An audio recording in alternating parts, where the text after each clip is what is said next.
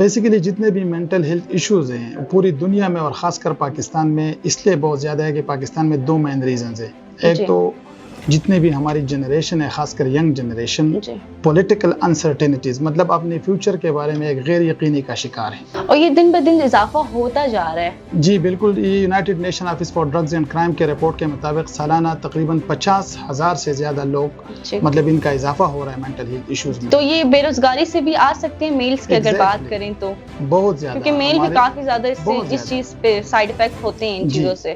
جہاں پر بھی آپ اگر اپنے مستقبل کے بارے میں غیر یقینی کا شکار ہے, فیوچر انسرٹینٹی اور ہماری کمیونٹی میں کیونکہ کوئی بھی بندہ یہاں پر سوشلی سیکیور نہیں ہے. اب دوسری بات ڈسپلن اور کمٹمنٹ.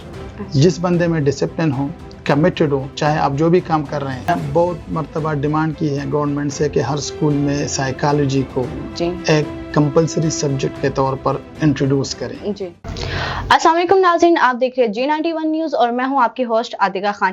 جیسے کہ آپ لوگوں کو پتا ہے کہ پاکستان میں ہماری جو ایک سوسائٹی میں ایک چیز بیان کی جاتی ہے کہ مینٹل ایشوز بہت حد تک جو ہے وہ بڑے ہوئے ہیں, چاہے ہماری وہ یوتھ ہو, چاہے وہ گرلز ہو, چاہے وہ بوائز ہو. یہ ایک حد تک ہم ڈپریشن, انزائٹی کے بہت زیادہ شکار ہیں.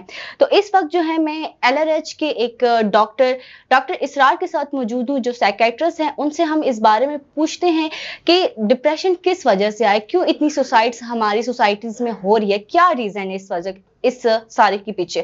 السلام علیکم. وعلیکم السلام. کیسے ہیں سر آپ؟ ٹھیک ہے, شکر اللہ کا. آپ کیسے ہیں؟ سر پہلے تو اپنا انٹرو کروا دیں. جی میرا نام ڈاکٹر اسرار ہے, میں لیڈی ریڈنگ ہاسپٹل پشاور کے سائیکیٹری ڈپارٹمنٹ میں ایز اسسٹنٹ پروفیسر کام کرتا ہوں. اچھا سر, مجھے یہ بتائیں کہ پاکستان میں نوجوان جو ہیں, ہماری نسل ہے, بہت زیادہ مینٹل جو ہے ان کی صحت پہ اثر پڑتا ہے. تو یہ کیا ہے ڈپریشن, انزائٹی, یہ کیوں اتنا زیادہ ہمارے معاشرے میں؟ بیسیکلی جتنے بھی مینٹل ہیلتھ ایشوز ہیں پوری دنیا میں اور خاص کر پاکستان میں اس لیے بہت زیادہ ہے کہ پاکستان میں دو مین ریزنز ہیں. ایک تو جتنے بھی ہماری جنریشن ہے خاص کر ینگ جنریشن پولیٹیکل انسرٹینٹیز مطلب اپنے فیوچر کے بارے میں ایک غیر یقینی کا شکار ہے. دوسری بات جو ہماری پولیٹیکل انسرٹینٹیز اور فیوچر انسرٹینٹیز کی وجہ سے یہاں پر نوجوانوں میں ڈپریشن اور انزائٹی کا مرض بہت زیادہ ہے. تیسری بات جو بہت اہم ہے وہ یہ ہے کہ یہاں پر ہمارے نوجوانوں میں نشے کا رجحان بہت زیادہ بڑھ رہا ہے اور اس کی وجہ سے بھی بہت زیادہ ذہنی مسائل کا سامنا ہمیں کرنا پڑ رہا ہے اور یہ دن بدن اضافہ ہوتا جا رہا ہے. جی بالکل. یہ United nation office for drugs and crime کے رپورٹ کے مطابق سالانہ تقریباً 50,000 سے زیادہ لوگ مطلب ان کا اضافہ ہو رہا ہے مینٹل ہیلتھ ایشوز میں. اور اکارڈنگ ٹو مطلب اگر میں آپ کو بتاؤں ایک سروے تو پاکستان میں تقریباً ہر تیسرا شخص کسی نہ کسی ذہنی بیماری کا شکار ہے. سر تو یہ کیا وجوہات کیا ہیں ان ساروں کی؟ فیملی پریشر ہے یا ہماری یہ ایک فیمیلز کی وہ ہوتی ہے نا کہ آپ باہر نہیں جائیں گے, پریشرز وغیرہ ہوتے ہیں, یا تعلیمی دباؤ یا بے روزگاری؟ جی ڈپریشن کی اگر ہم بات کریں تو ڈپریشن تو عمومی طور پر خواتین میں تھرو آؤٹ دا ورلڈ خاص کر پاکستان میں اور ہمارے ایریا میں خواتین میں بہت زیادہ ہوتی ہے کیونکہ خواتین تو ایک ہمارے گھروں میں رہتی ہے, ایک میل ڈومیننٹ ایریا ہے. وہ اپنے ایموشنز کو, اپنے جذبات اور احساسات کو اسی طریقے سے وہ اظہار نہیں کر سکتے جس طرح میل کرتے ہیں. اوورال اگر ہم دیکھیں تو خواتین میں اس کی مقدار بہت زیادہ ہے. دوسری اہم وجہ یہ ہے کہ جو ڈومیسٹک ایشوز ہیں ہماری خواتین کو پوسٹ نیٹلی مطلب اگر ہم دیکھیں جو بچے کی پیدائش کے بعد بھی ڈپریشن کا مرض ان کو زیادہ ہوتا ہے اور پریگننسی میں بھی ان کو بہت زیادہ ایشوز آتے ہیں, خاص کر ان کے نیوٹریشن کے بارے میں بھی ہم خیال نہیں رکھتے. اسی وجہ سے ہمارے خواتین میں جو مینٹل النیسز ہے خاص کر ڈپریشن بہت زیادہ ہے. تو یہ بے روزگاری سے بھی آ سکتے ہیں میلز کی اگر بات کریں تو بہت زیادہ, کیونکہ میل بھی کافی زیادہ اس چیز پہ سائیڈ افیکٹ ہوتے ہیں ان چیزوں سے. جہاں پر بھی آپ اگر اپنے مستقبل کے بارے میں غیر یقینی کا شکار ہے, فیوچر انسرٹینٹی اور ہماری کمیونٹی میں کیونکہ کوئی بھی بندہ یہاں پر سوشلی سیکیور نہیں ہے, فیوچر کے بارے میں وہ انسرٹن ہے, غیر یقینی کا شکار ہیں, تو مختلف قسم کی سوچیں آتی ہیں اور پھر آخر میں وہ مینٹل ہیلتھ کا شکار ہو جاتے ہیں.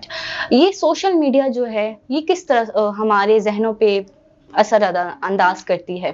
سوشل میڈیا کے دو الگ الگ اسپیکٹس ہیں، ایک پازیٹیو اسپیکٹ اور ایک نیگیٹیو اسپیکٹ. لیکن اگر ہماری کمیونٹی میں ہم دیکھیں تو جہاں تک ہمارے پاس پیشنٹس آتے ہیں، چونکہ ہم ایک سوشل کریچرز ہیں اور سوشل میڈیا کی وجہ سے ہماری جنریشن سوشل میڈیا کریچر بن گئی ہیں، کیونکہ ہم نے انوائرمنٹ سے سیکھنا ہے، اسی انوائرمنٹ میں ہم نے بڑھنا ہے اور اس سے سیکھنا ہے اور پھر ان چیزوں کو اسی انوائرمنٹ پہ اپلائی کرنا ہے. ہماری کمیونٹی میں سوشل میڈیا کے استعمال کی وجہ سے بہت زیادہ لوگ ڈپریشن، انزائٹی کے علاوہ بہت اور خطرناک ذہنی بیماریاں ہیں جن کی طرف چلے گئے ہیں. لوگ سوشل آئسولیشن کی طرف چلے گئے ہیں اور اسی وجہ سے وہ مختلف ذہنی امراض کا شکار ہیں. اچھا، یہ زیادہ تر سوسائڈ کے کیسز آتے ہیں. جی بالکل. تو وہ زیادہ تر اگر لڑکیاں سوسائڈ کرتی ہیں تو ان کو یہ نام دیا جاتا ہے کہ آپ ریلیشن شپ کی وجہ سے سوسائڈ کر رہے ہیں، لیکن مین ریزن تو کچھ اور بھی ہو سکتا ہے. لیکن ہماری جو سوسائٹی ہے وہ اس چیز پہ زیادہ زور کیوں دیتی ہے؟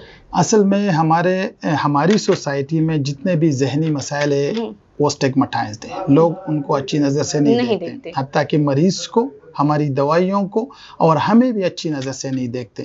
ہم جہاں پر ہمارے پاس سوسائڈ کے کیسز پریزنٹ ہوتے ہیں تو ہم فیملی سے جب پوچھتے ہیں وہ ہمیشہ چھپاتے ہیں کہ کسی اور ریزن کی وجہ سے ڈیتھ ہو گئی ہے.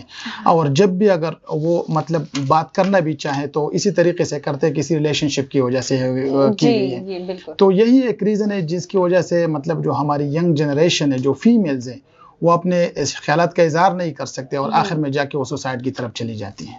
پاکستان میں بھی جو ہے ہماری صحت کے مسائل کو عام طور پہ دیکھا جاتا ہے، بدنامی کی نظر سے دیکھا جاتا ہے کہ نہیں؟ بالکل.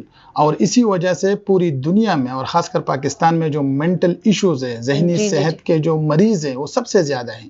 کیونکہ اس کو اچھے طریقے سے نہیں سمجھا جاتا. پہلے تو اس کا علاج نہیں کیا جاتا، اگر علاج کیا بھی جاتا ہے تو چپ کے خفیہ طریقے سے کرتے ہیں تاکہ لوگوں کو پتہ نہ چلے. سر ایسا کیوں ہو رہا ہے؟ مطلب آپ کی نظریہ کیا ہے؟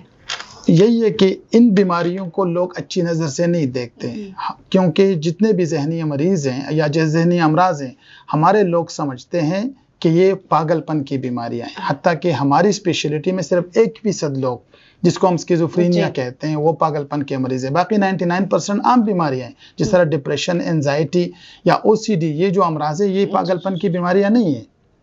ٹھیک ہے.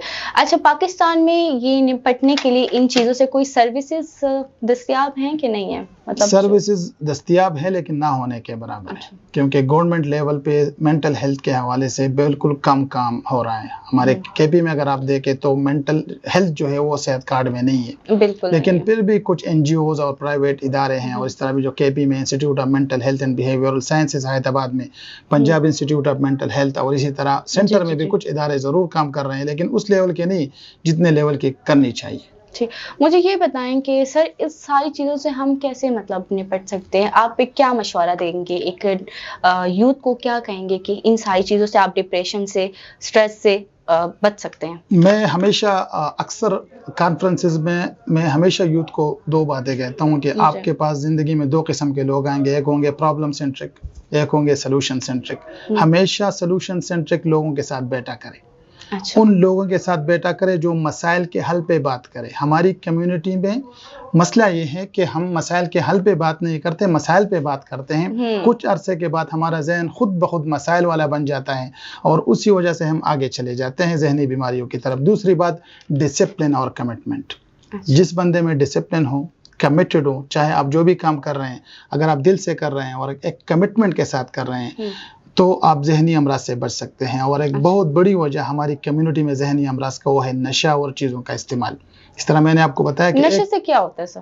نشے سے یہ ہوتا ہے کہ اسٹریس کی وجہ سے نشے میں چلے جاتے ہیں اور اس نشے کی وجہ سے پھر ذہنی امراض کا شکار ہو جاتے ہیں. اور میں آپ کے توسط سے لوگوں کو بتانا چاہتا ہوں کہ نشوں کی وجہ سے جو ذہنی بیماریاں لگ جاتی ہیں ان کا علاج بہت زیادہ مشکل ہے اور کبھی کبھار ان کنڈیشن میں پہنچ سکتے ہیں جو ایک ناقابلی واپسی موڑ پہ چلے جاتے ہیں وہ لوگ.